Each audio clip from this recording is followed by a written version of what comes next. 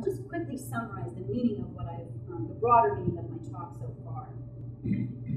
If brothels are built with the bricks of religion, and prisons with the bricks of law, that's from William Blake, the humanities have been built with the bricks of books, allegedly mass-printed academic monographs that sometimes excel at critique.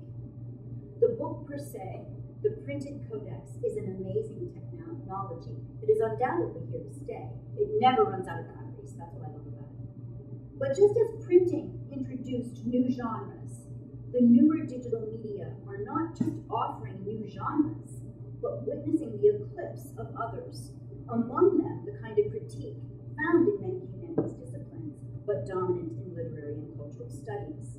In truth, such forms of critique imploded simply because no one can throw a brick upon which he or she is standing.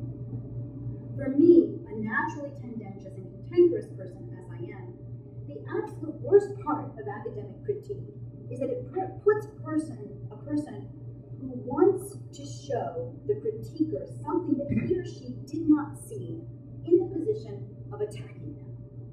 My manifesto, my black belt manifesto that will be in print, will look like an attack. And there's an aggressive part of it. There's a line that I love by Adam Phillips where he says, "In not every culture is a talent a weapon." But let's look closely at the detrimental effect of printed humanities and its positioning, how it affects thinking via a very small example. In a beautiful essay called "Is Literary History the History of Everything?", written first for the Stanford Humanities Review, David Simpson argues that we need to preserve every little thing in the archive in order to keep ourselves from projecting our own historical moment and ourselves onto the past. He condemns the kind of history produced by cultural historians, the kind I was guilty of in my early teaching of the benighted Jonathan Swift, who couldn't be penetrated by anybody but me intellectually. And Simpson, in my view, rightly calls that parodic history. A cultural study critic reads a book on Fordism or enclosure, then attacks all the benighted writers who don't see their works being structured by those things. And an article written shortly thereafter in the genre of moral one-upmanship, I would argue, a different genre than the one I just cited, Simpson attacks Jeffrey Hartman for failing to see that Wordsworth was, quote, a trust fund hippie. In the immortal words of Humpty Dumpty, oops, I mean, he just condemned precisely that kind of thinking. Ideally, one would structure a response to Simpson, demonstrating the analytic value of this use of anachronism, trust fund hippie, and that then modifies his understanding and our understanding of precisely when and how this history becomes parody. We can do such things in our print culture. I can do it now in my book. But do we visually? Moreover, isn't anything I say, because of the print context, about Tara McPherson, about Liz Losh, who wrote the hacktivism article, about David Simpson now, isn't that going to smack of shaming them for their blindnesses? What if instead of being printed self-exposure, literary and cultural studies could be purveyed as little laboratories where anyone can come to work? I mean, let's not idealize the sciences, which digital humanists do too often. Labs haven't worked very well in a lot of ways. People fudge, hide, steal data, but they have worked in some ways. Medicine is advanced, I'll just put that out there. I won't die of placental abruption in the same way that Mary Wollstonecraft did. Not dying seems better to me, somehow. One of the things people don't understand about Bruno Latour's work on labs is that he is not aggressively critiquing scientists for falsifying images in the lab. In fact, but rather is showing that a lot of what is seen in labs productively, what the lab practitioners actually are able to see rightly, justifiably, is created as scientists work together in order to produce printed articles. That's their lab process. So what if instead of shaming, we were all able to put out there and tweaked. It is certainly possible technologically to imagine such an environment for humanities work. We just saw it this morning. We saw Juxta as an iframe that could be embedded in these various things, and I'm going to show you some more. Technologically we can do it, but I don't think we can do it yet socially, institutionally.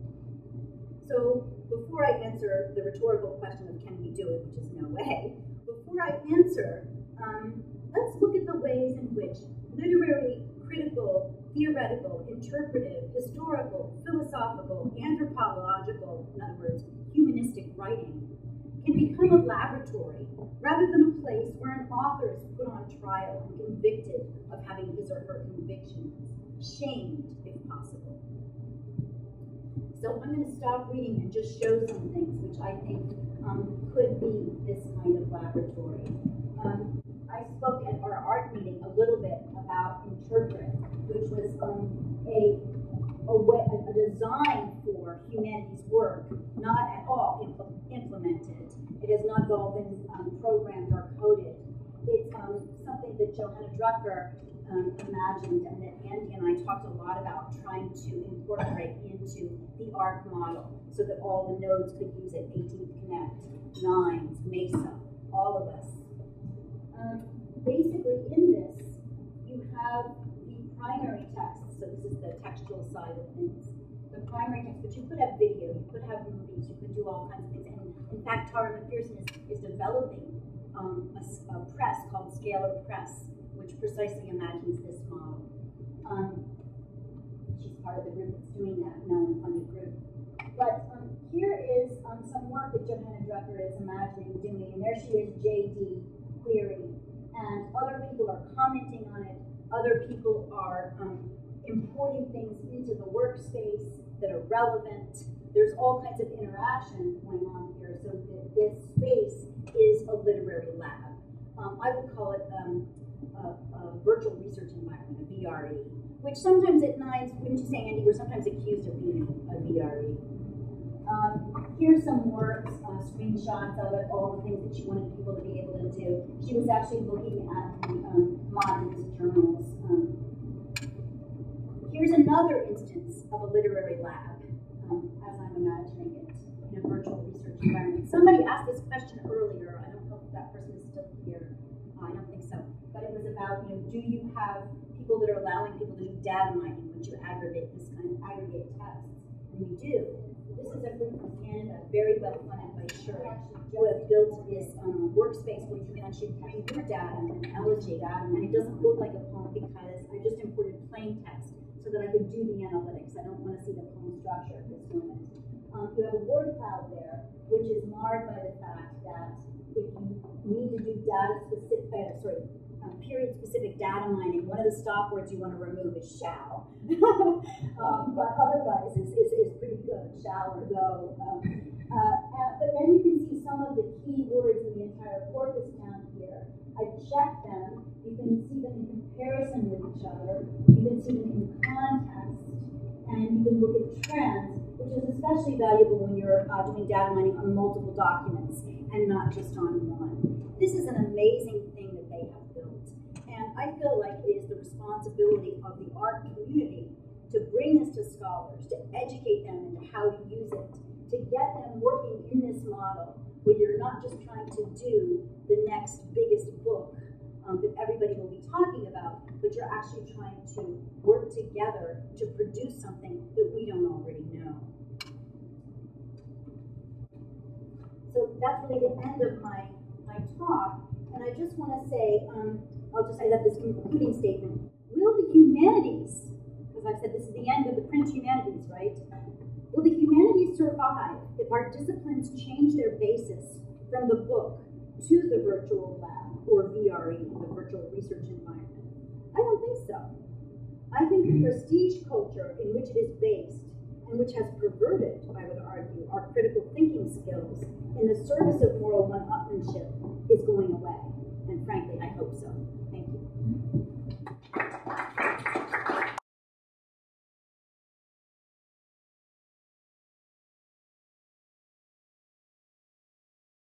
I will say that there are articles in this thing published this year that do it. Yeah, definitely. And it's a mode, and the most recent PMLA, the lead article is just like that. I mean, so it's a part of what we do, and I think a prominent enough part to worry about. I think it shares some of the responsibility for imagining that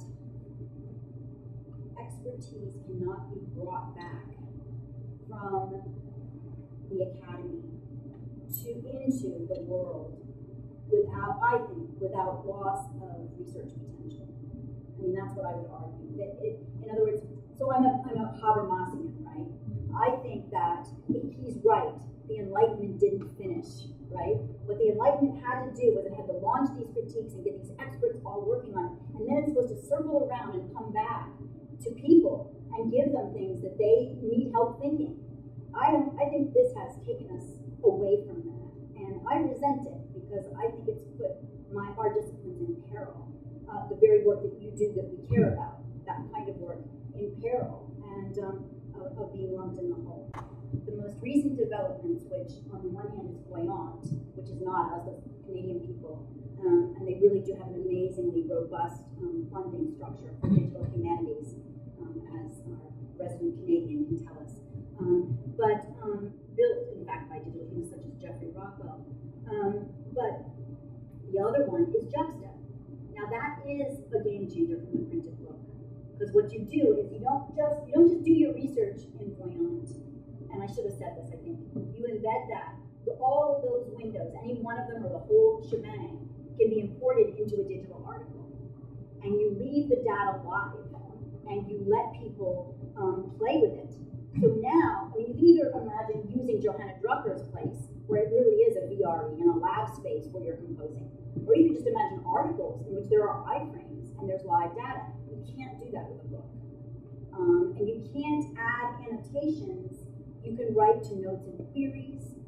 There are things that all of us have found in so many monographs that we can't correct.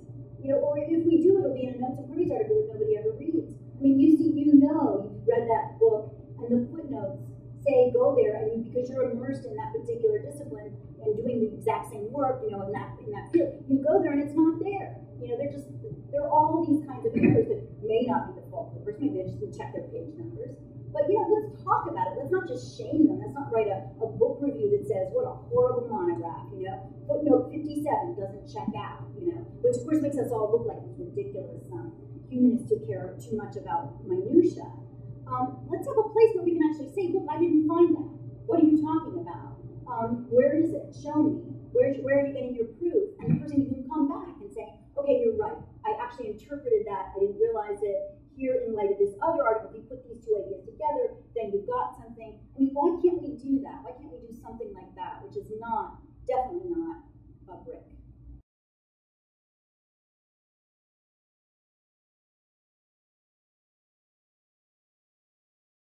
I don't think all epididic, is that how you say it? Yeah. It's got DXs in it, or, pointing at this moment. I don't think all of it undermines its own ground in the particular blame that it levels. That's the key difference. People should be criticized. There's no doubt.